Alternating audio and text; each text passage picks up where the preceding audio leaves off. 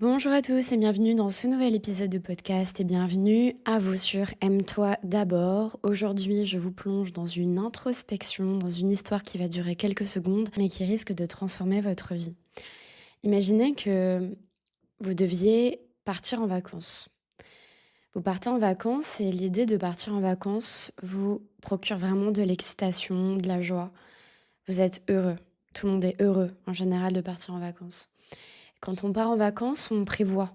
On prévoit sa destination, on prévoit d'acheter les billets pour le déplacement. On sait aussi avec qui on part ou si on y va seul. En tout cas, il y a une certaine organisation derrière ça, mais j'irais quand même un peu plus loin, il y a l'anticipation. On est obligé d'anticiper. Si vous partez dans un autre pays, vous êtes obligé d'avoir un passeport, un visa. Si vous partez dans un autre pays, vous devez aussi faire un échange au niveau de la monnaie parce que c'est pas la même. Vous devez aussi vous assurer que vous parlez la langue, ou du moins vous allez essayer de devoir vous débrouiller. Donc il y a vraiment beaucoup de choses à faire. Mais cette anticipation, elle est excitante parce qu'il y a l'inconnu, parce qu'on ne sait pas vraiment, mais on sait qu'on y va. Alors on prépare ses valises, on regroupe ses affaires, on est heureux de partir, on met de la musique, on est en joie.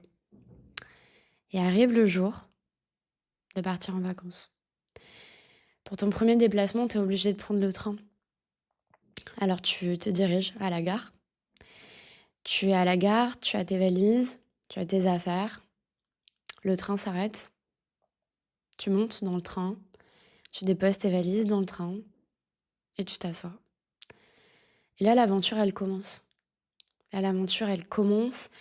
T'es tellement heureuse, t'es tellement épanouie. Tu te dis, mais pitié que ça passe vite. Quand est-ce que je vais arriver? Mais le problème, c'est que quelques minutes après être montrée dans le train, t'es pas certaine que ce soit le bon train. Tu commences à douter. Les doutes s'installent parce que il y a des choses qui ne te paraissent pas alignées avec ton voyage initial. Tu te souviens que tu es monté dans un train, mais alors que tu avais tout organisé, tu pas vérifié si c'était le bon train. Et là, les doutes s'amplifient, tu n'es plus sûr d'arriver à la bonne destination. Et c'est drôle parce qu'à ce moment précis, ton cerveau, ta tête, ton mental te disent complètement naturellement, c'est bon. Maintenant, avec toute l'attente qu'il y a eu, j'étais tellement excitée de monter dans le train. J'étais tellement excitée de penser à l'idée que j'allais enfin arriver à destination que je reste dans ce train.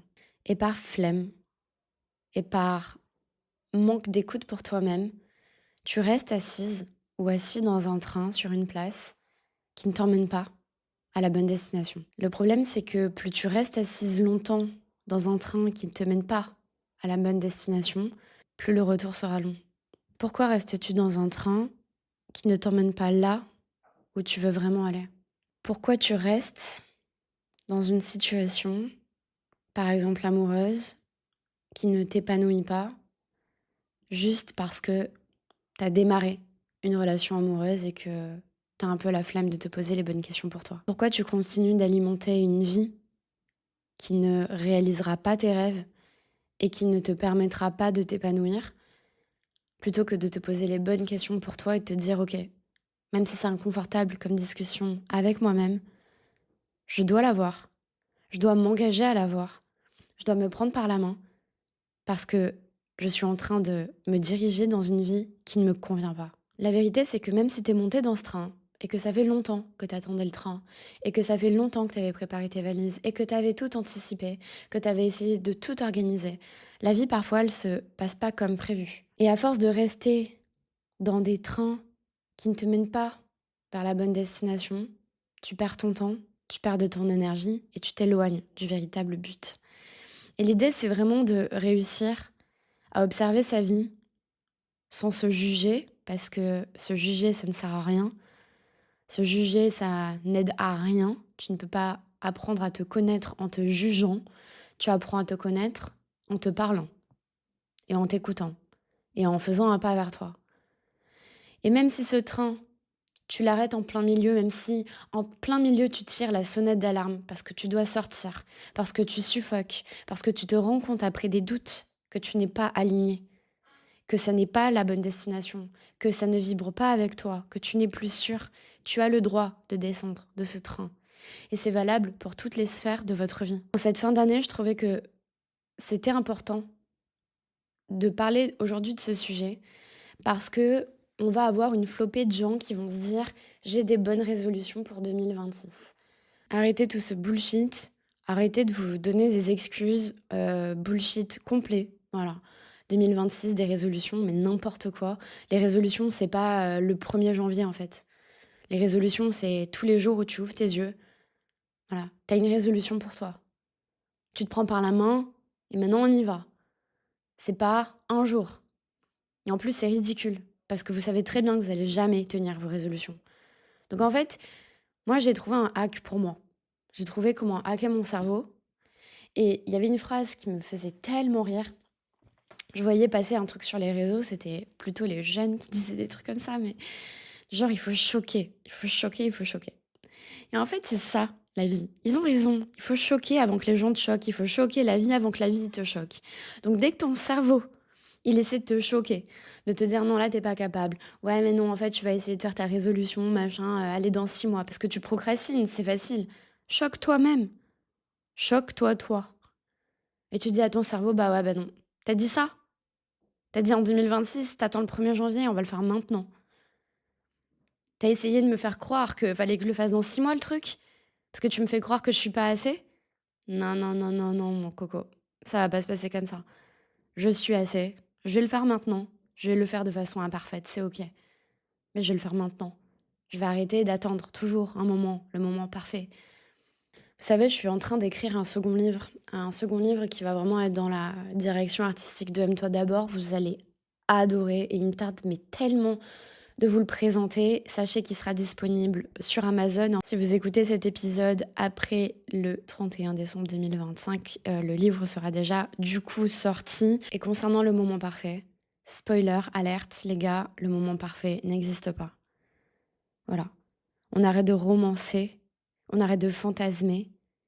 La vie, parfois, c'est un gros chaos, un putain de gros chaos devant vous. Et en fait, l'œuvre d'art, l'art qui s'y cache derrière, c'est vous qui allez le créer. C'est vous qui décidez que le moment parfait est maintenant.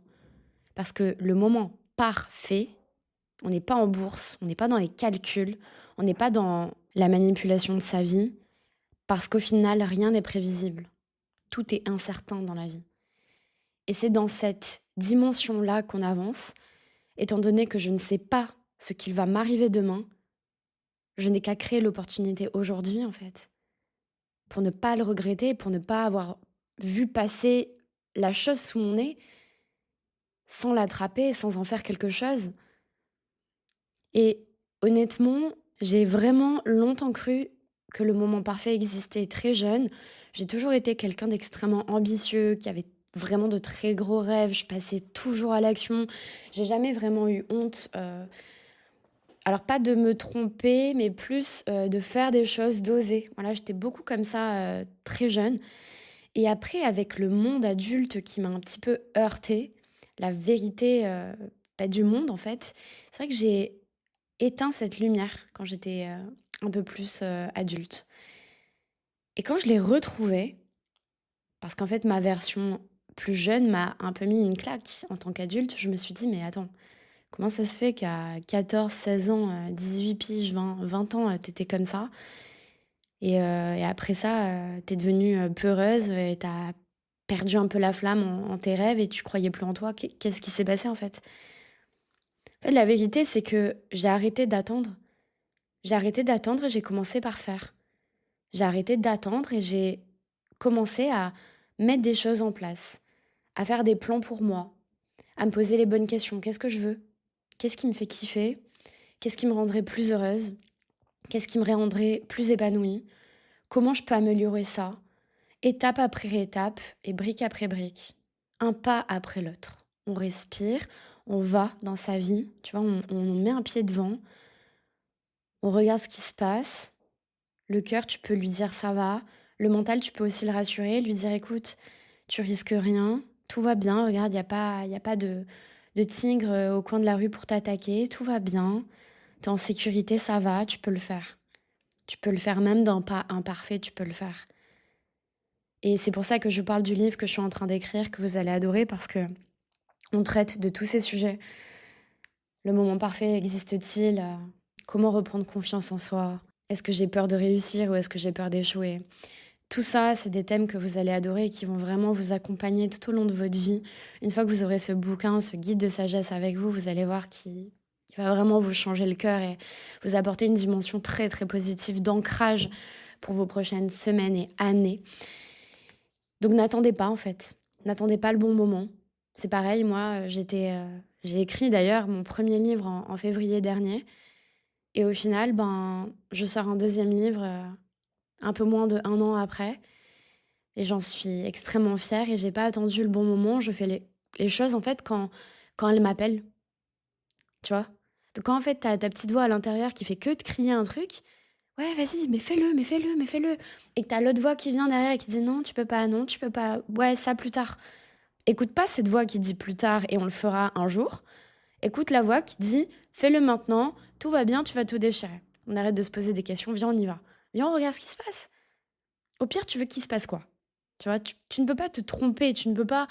Enfin, le monde va pas s'effondrer. Au pire, tu auras appris. Au pire, tu auras appris un truc.